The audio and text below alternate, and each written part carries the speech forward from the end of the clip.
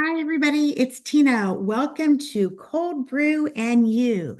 Tonight, we're going to make some really yummy recipes. I'm going to be making cold brew brownies, and then I'm going to walk you through the process of making cold brew, and then we'll also make a beverage as well. So let's get started. So I want to share with you that I did a little advanced work because I had to. I've already made cold brew. We have our cold brew carafe. I'm going to make it again, but it's not ready for 8 to 12 hours. So I had to do that part in advance. So this is our cold brew carafe. You'll see that in action in just a few minutes. But what I typically do is when I make my cold brew, I pour it into one of our large water bottles. And that way I've got a screw cap and a really easy way to be able to pour that. And then my cold brew carafe is ready and available to make more, especially if you're having a large crowd. So we'll talk about cold brew and what it is in just a minute because I really want to get the cold brew brownies into the oven because we got to get those moving. So first thing that we are going to do is we are going to start with 2 cups of semi-sweet or milk chocolate chips. So got those in here. And then we're going to add some heavy whipping cream, all measured out. And I will have the recipe for you for all of this. And then we have got some unsalted butter, 3 tablespoons of that, and a little vanilla extract, and then 2 tablespoons of the cold brew. So I'm going to shake that up just a little bit, and we'll put 2 tablespoons in here. And then lastly, 1/4 of a teaspoon. That is not very much of kosher salt. So I keep my kosher salt inside of one of our modular mate containers. So we just need a 1/4 of a teaspoon of that. All right. Now we are using our 3-quart stack cooker casserole to this. It is microwavable and it can also take high fat content. So I'm just going to kind of stir that all around with the milk. And of course, the butter is not melted. I've had it out sitting out for a little while as I was prepping everything. So it's kind of soft, but it's not completely melted. So a little tip is when you're heating chocolate in the microwave, you want to do it in short little bursts. So the instructions say to microwave for 45 seconds. I'm not going to do that. I'm going to microwave for about 15. Take it out, stir 15, stir 15. I just find that it gets a little bit better consistency. And you're also less likely to burn something. I will tell you, when I was brand new to the world of microwaving, one of the things we used to do is melt chocolate chips to show how quickly that they can melt. And I put them in and took them out and put them in, took them out, and they just held their chocolate chip shape. And I was like, it's not working. And what I didn't realize is that they certainly don't lose their shape, but man, oh day, they were like hard as a rock. So in this first 15 minutes, not a lot has happened. The butter melted because it was so soft. Okay. All righty. And whoops, a couple of hitchhiker chocolate chips that stayed on the spatula. All right. We'll put that in for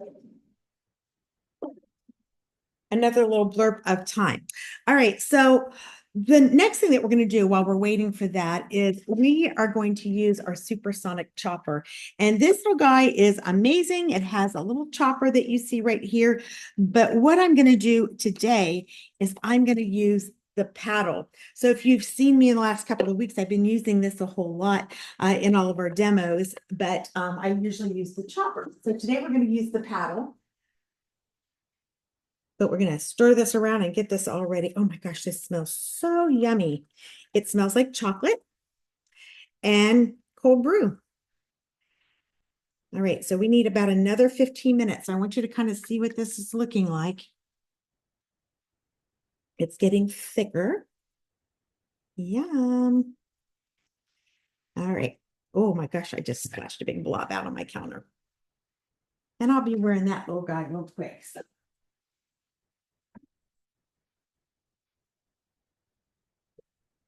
there. All right. So we're going to use the paddle and we are going to whip up some eggs that we're going to be adding to this chocolate mixture. Actually, we're going to add the chocolate mixture to the eggs. So I'm going to take 4 eggs. I always crack my eggs before I use them in a recipe because I don't want to mess up. Could you imagine if I wrecked this recipe with all those ingredients with one bad egg? It only takes one time to learn your lesson with that. So I'm going to put the eggs in here and we're going to put the cover on. And I'm going to turn this down just a little bit so that you can see this in action. Now, every pull, if I was using the blade, I would tell you that every pull is equal to about 22 chops of a knife, but I'm using the whipper and that thoroughly mixed up those eggs. All right, let's see how we're doing here. All right. I'm going to scrape off the sides and this is looking really good. All right. So again, I'm going to turn the camera down. I want you to be able to see the consistency that I have. I just want to mix this a little bit better. I want to make sure I've got it thoroughly mixed. There we go. Yum. Perfect. So that was 3 little bursts that I did and stirring in between. Okay. Now, next thing I'm going to do is I'm just going to add a little bit of this chocolate. You want to let it cool for just a second. So I don't want it to be too hot. So I'm letting it cool here for just a little bit. And then what we're going to do is add about 2 tablespoons of this into this egg mixture. Let me move this over in front of the camera so you can see what I'm doing. Oh, I'm spilling, making a mess. Mess is my middle name. All right. And I'm going to put the top on here. I don't have this color on it. There we go. And we are going to blend that together. There we go. And then what we're going to do is we're going to slowly add some of this in. I don't want to add it all in. So I'm just going to add a little bit of it in. So let me get this over in front of the camera so you can see exactly what I'm doing. I'm going to add about half of this mixture in.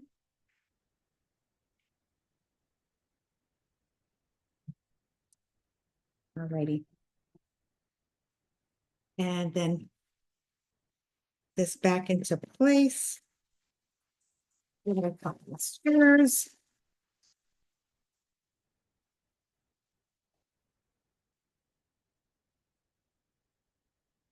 Now I'm wearing chocolate. And finish up. And I'm using this silicone spatula, which is just one of the most amazing tools in the whole wide world, because I want you to look at how much chocolate is still in that. But when I run this around the sides of my spatula, as you can see, I am able to get so much out of there. It's unbelievable. So I'm not going to waste any of this chocolate mixture. I want every bit of it.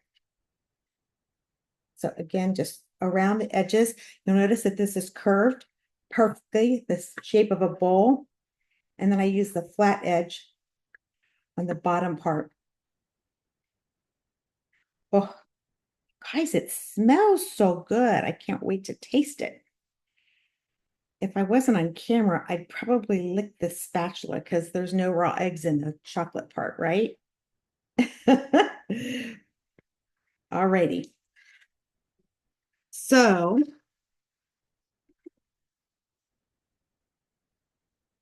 got chocolate all over myself already, and I've just begun. I've only just begun. Isn't there a song like that you do not want me to sing? I promise I'm not going to sing. All righty. So now it's getting a little thicker. So we got those eggs and all of that yummy chocolate mess. I call it chocolate mess because it made a mess already. Look at my hands, they're chocolatey. All right. Now, what we're going to do is we're going to take and put all of this into our Square Ultra Pro. Now, our Ultra Pro is amazing. This goes in a microwave. It also goes in an oven. So we're going to shake out the little paddle, put that over here in the dirty bowl that I was using. And I'm just going to pour this all into here.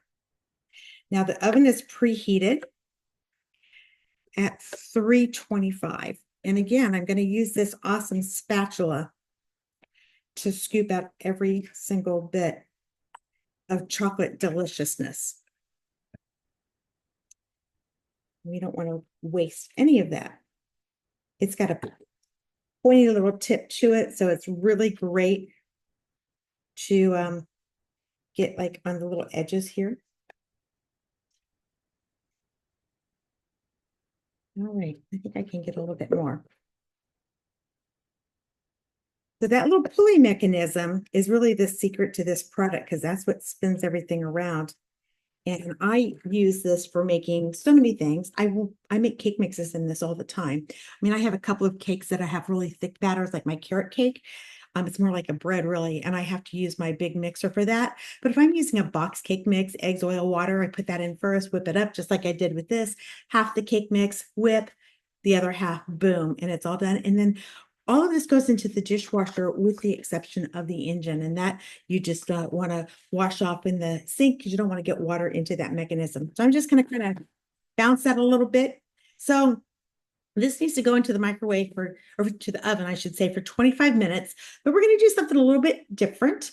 We are going to put it into the microwave for 3 minutes. Now, 3 minutes is 1/4 of 12. So when I put this in for 3 minutes in the microwave, it's going to be like cooking it for 12.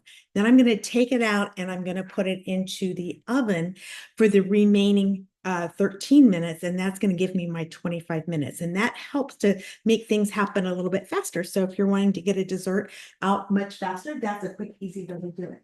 All right, so we're going to start it in the microwave, finish it in the oven. So that's called tandem cooking, and that works for anything. You can do it for lasagna, all kinds of casseroles. Start it in the microwave and then finish in the oven. So here's the math. Cooking in the microwave is 1/4 of the amount of time. So if you're going to cook something for, let's just say an hour, like lasagna, 1/4 of that time is going to be 15 minutes. So if you cooked it for 15 minutes in the microwave, it would be done. The problem is that it wouldn't get the brownness. And so if I cook it for 12 minutes in the microwave, 12 times 4 is 48. That's like cooking it for 48 minutes. I can take it out and then put it in the oven for the last 12 minutes. I'll have my 48 minutes that I've created in the microwave and then 12 finishing it in the oven. And now I'm going to get that brown, yummy crust on the cheese. All right, so that's a little tip. So you can do that with lots of desserts, and I even do it with baked potatoes. I like baked potatoes. They take an hour if you buy the great big ones. Start them in the microwave, finish them off in the oven. Okay, so now we're going to make the topping, which is near and dear to my heart because it's called Buckeye topping. So chat in if you know why that is near and dear to my heart, okay? And so we are going to start with 2 cups of peanut butter, creamy peanut butter. And so I pre-measured that all out for us. Yum. Okay. And I just have to worry about getting it out of this container, but I've got my spatula.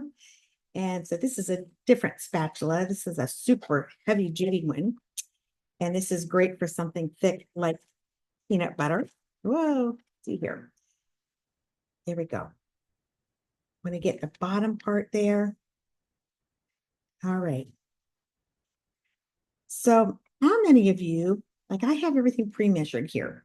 How many of you have everything pre-measured before you start cooking? Y'all do that? It is a little bit of extra dishes because you have your measuring cups that you're kind of staging everything out. But if you haven't ever done that before, I want to encourage you to try that because you know what? How many times have you started making something and realized, oh, shoot, I am out of that. And you thought you had it, but that's not what you had, right? And so this really will save you if you do that. Okay, so in this, we've got Let me see. I want to make sure I don't mess this up. Um, I've got my peanut butter. I'm going to add some powdered sugar. Okay. We'll mix that all together in just a minute.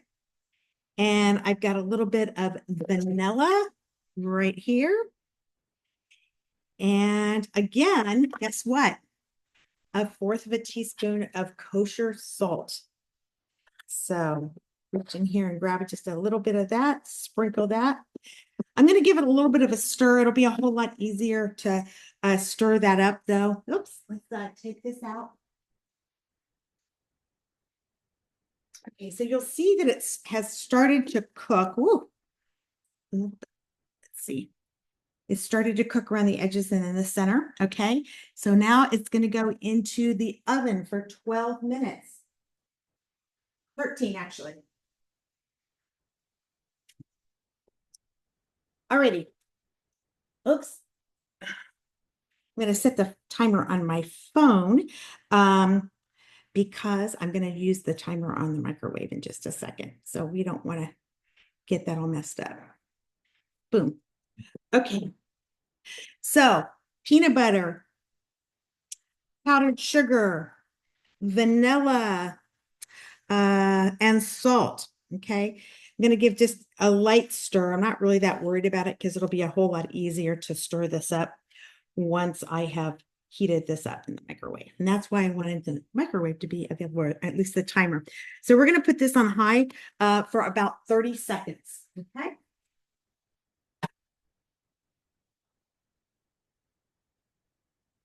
So nothing really has to cook. We're just trying to get all of that yumminess in there. All right. So, so let the microwave on high, 30 minutes. And then what we'll do is when the brownies come out, we're going to spread that on top. Okay.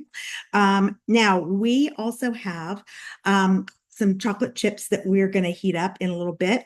And we're going to mix that with some cream. And so we'll do that once those come out of the oven. And we put this yumminess.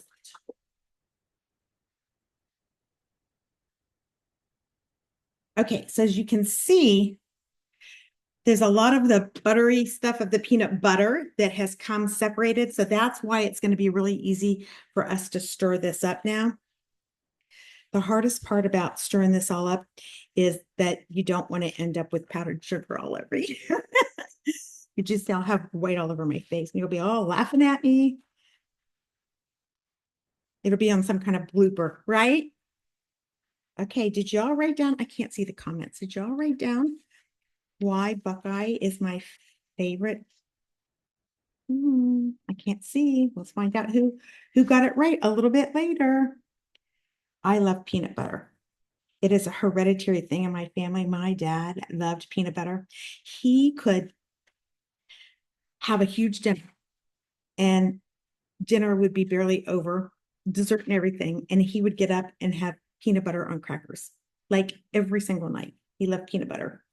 And then later on in life, he started making peanut butter pie. And it became like a family specialty that we all looked forward to that he would always make. All right. So this is really thick. It's like a peanut butter cup filling. It's exactly what it would be. You could put this in between two pieces of chocolate. It would be just like a peanut butter cup. But it is so hereditary that I love peanut butter. And now my kids love peanut butter. And even my grandkids. We're pretty wicked at Easter when they have the peanut butter eggs. Like we're fighting over those. It's pretty hilarious. So yeah, chocolate and peanut butter. Can't get any better than that. Okay, I'm going to set this off to the side. And then I am going to take this little container here and I'm going to add the chocolate chips and the heavy whipping cream. And I'm going to put that in the microwave as well. And we're going to do that for a little quick short bursts. So I'm just going to cover it with that.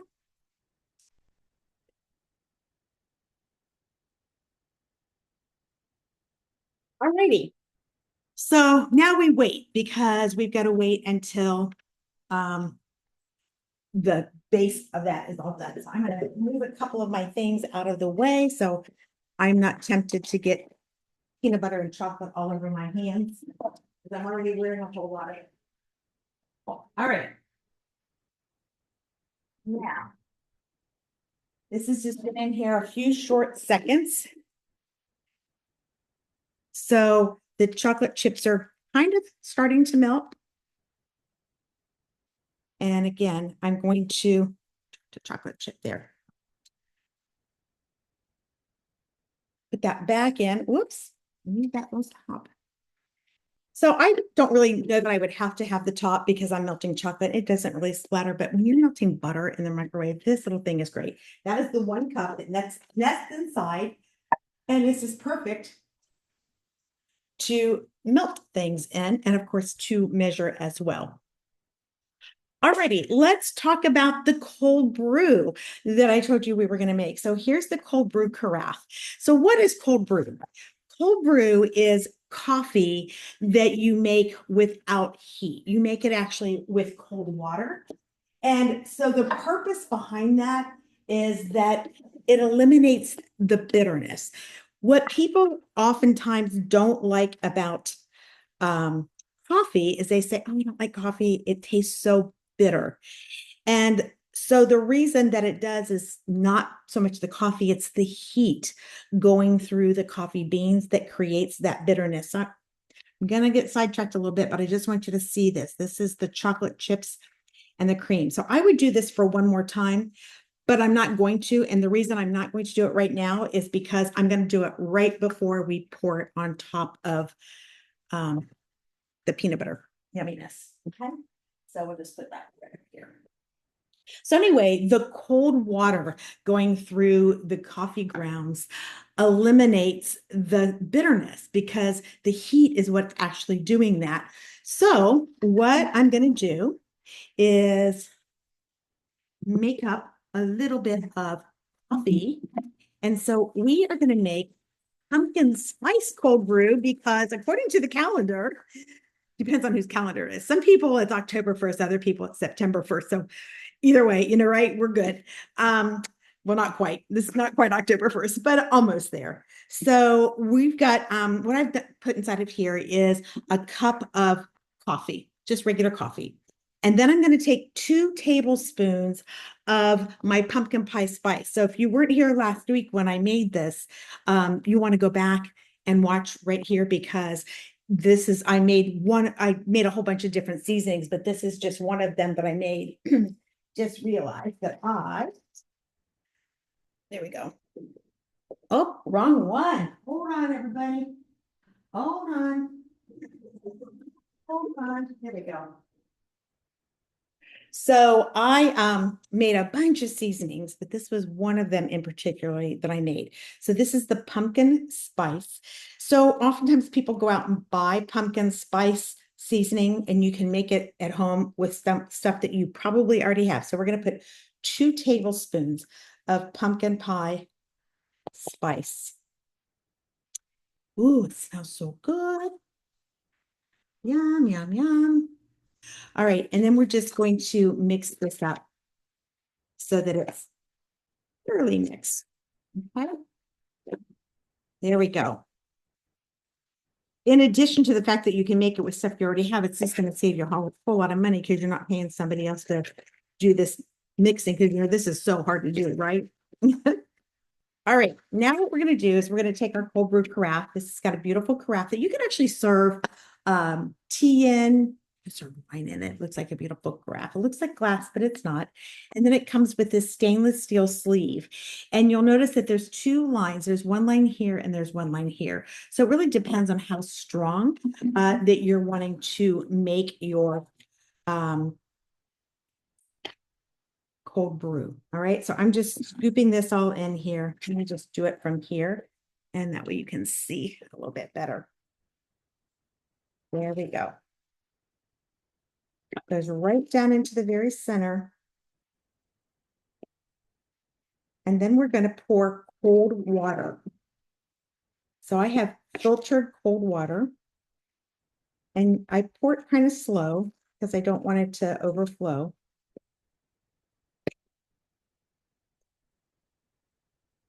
All right, got it all.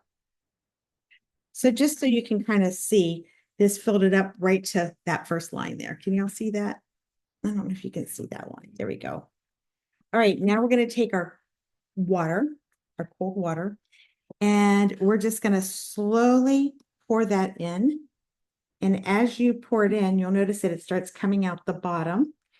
And it's kind of a light brown, right? It's kind of like when you first start your coffee pot, the first little bit that comes out doesn't look real strong.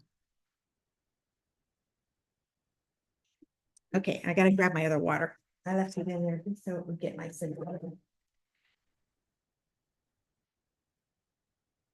There we go. You're going to fill it all the way up to the very tippy top. All right, and what's going to happen is this is going to slowly brew through there. I'm just going to put the cover on it, and you just put this in the refrigerator 8 to 10, 12 hours, somewhere along in that. Just I make it overnight. And then you'll have your cold brew and you're ready to go. Now, I will tell you this. Um, I I like cold brew, especially in the afternoon. But in the morning, I just like a hot cup of coffee. So you can actually heat this up in your cup. And I know that sounds crazy, and you're thinking, well, doesn't that just negate the whole thing? No, it does not, because it's not going through the beans. And that's where the problem lies, is if you heat it with the beans. So once you have it already brewed, if you want a cup of hot coffee, you can go ahead and put it into a cup, microwave it, and boom, you'll be ready to go. Okay. So that's a little bit of a tip. You can also use this for tea. So those of you that like tea, you can do loose leaf tea in that as well. Okay. So to make the pumpkin pie spice cold brew, because I'm not going to be able to do it because this is not going to be ready. Once that's all done, then what you're going to do is you're going to mix that with milk, or half and half if you want to, depends if you want it non-fat, right? So your milk and your pumpkin pie spice, a little bit of sugar, and a teaspoon of pumpkin puree. Now, here's a little tip for you. A teaspoon of pumpkin puree becomes a problem because once you open up a can, what are you going to do with it? So what I find that works perfectly is when I open that can, I actually put it in our Tupperware ice trays, and it is exactly what I need to make my pumpkin spice cold brew.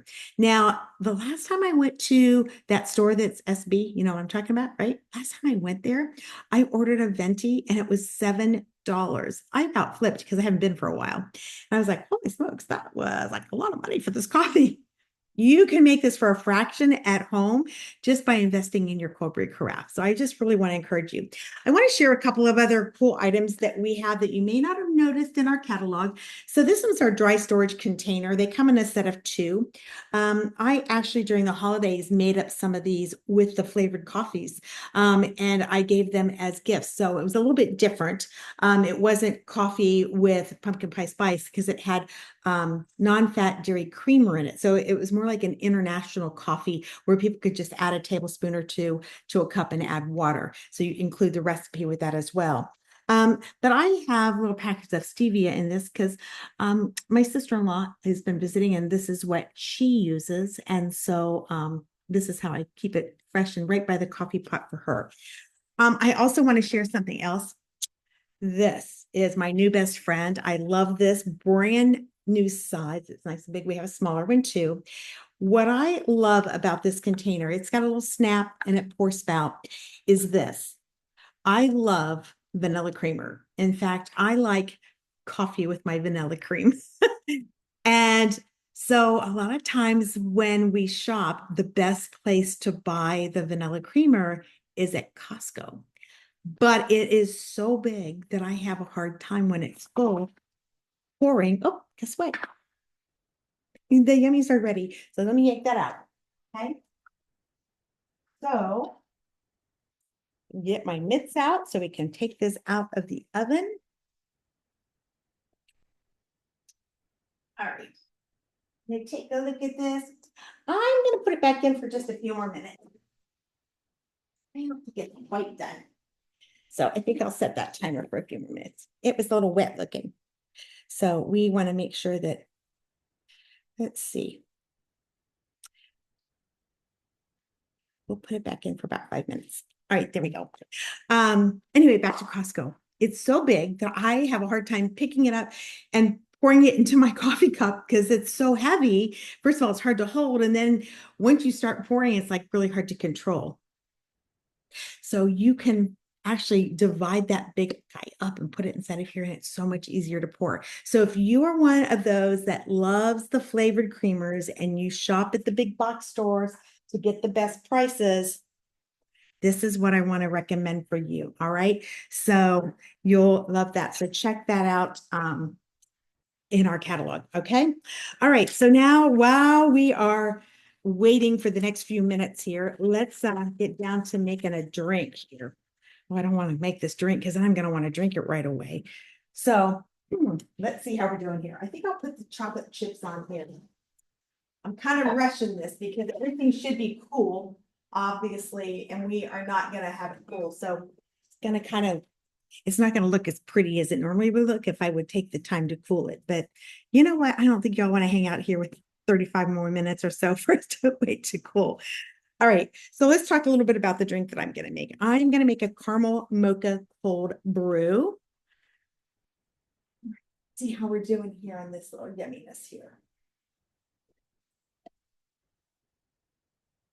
One of these days, I'm going to end up putting the wrong ingredients in something because I'm busy doing 3 things at once, right? Okay. The other thing we're going to need is we're going to need some chopped peanuts. So I've got my little chopper. So this is the baby version of the supersonic chopper. And so they actually come as a great little set. All right. So got my peanuts in here. And I'm going to do this down on the firm surface. It's got like a little rubbery base to it, makes it super easy to not dance all over the top. Remember, one pour, 22 chops. So let's see what that looked like. That's a pretty good chop right there. I think I'm going to do it one more time. I'm going to shake it up a little bit.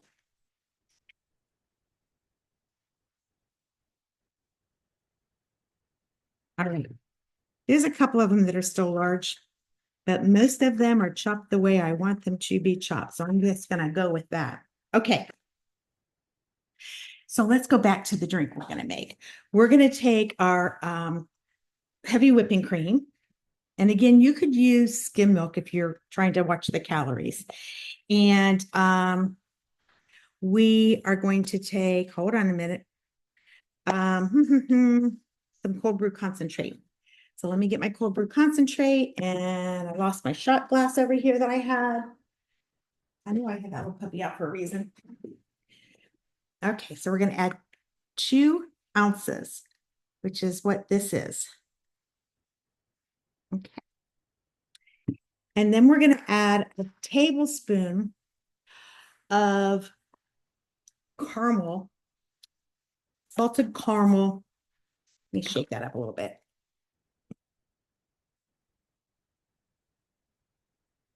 1 tablespoon.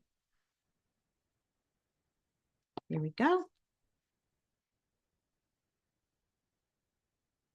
And I need some ice in my cup.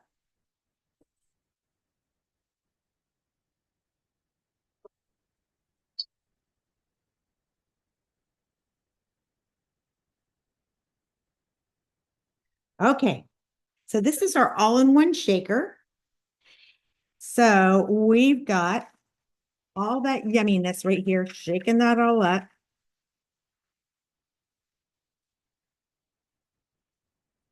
All right, now it asks for chocolate syrup. I'm not going to do the chocolate syrup, but you could. That would make it the caramel mocha. I'm just going to do a caramel cold brew. And now we're going to pour that right on top. So this is 1 serving, okay? And then I made a little whipped cream up a little bit ago and I stuck it in the freezer, so I hope it's not too frozen. No, it's not.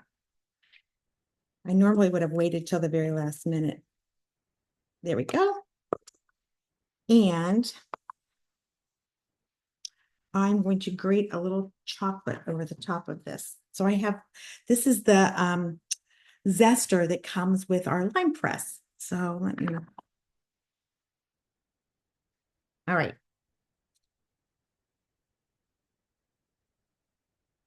And I'm going to finish it up with a little caramel at the top. Yum.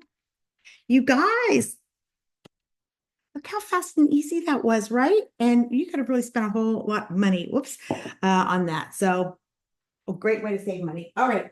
Now let's get this puppy out. I'm not sure if I'm going to be able to layer this. If it's not quite done, I'm going to come back and do this later. So as you can see, woo, I believe it's done. Hang on a minute. Let me turn this down this way. That way you can see better. As you can see, it's cracking in the center. So that's a good sign that it's done. So I'm going to let it cool because what that will do is let it settle. I don't want to put the peanut butter on it because then I'm just going to have peanut butter soup. I don't think I can rush this like I was hoping I could. So I'm going to let this sit off to the side. I'm going to let it cool. And then I think what I'll do is I will come back in just a little bit and I will show you the second part of that. So kind of stay tuned, maybe about 25 minutes or so. I will come back and show you what happens when we finish it up by putting all of the yumminess on the top.